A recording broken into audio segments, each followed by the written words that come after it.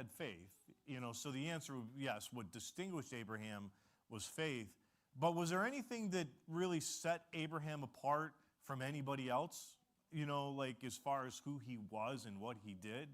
Listen, when Abraham was called out of the land of Ur, let's not think that the Chaldeans didn't have a religion. Now, before it came, we were held captive under the law, imprisoned until Christ would be revealed. So I want to ask you there, for those of you that are, I sounded like I was from New Jersey there for a second. Anyway, I want to take a minute here, and I want you all to tell me what were the laws. What else? What the rabbis added onto it, right, in Jesus' time, right? What about the dietary laws, right? There was and then all these other laws. There's over 613 of them. And not only were these laws, but what else? There was these rituals, right? And these customs, right?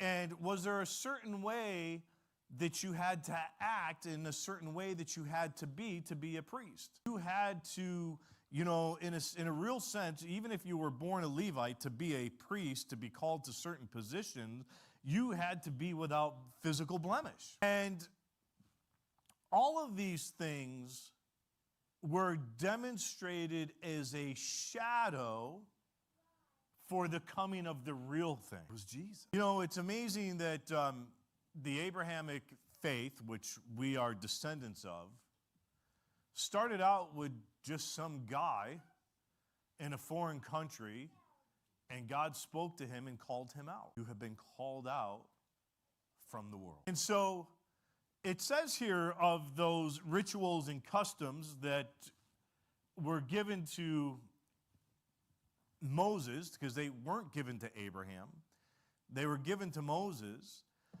that was to be their guardian until Christ came. There's no need of a guardian. There's no need for ritualistic movements within the church. And listen, we may be very limited in our rituals, but we can develop and create our own rituals that can take away from Christ. And we have to be careful of that.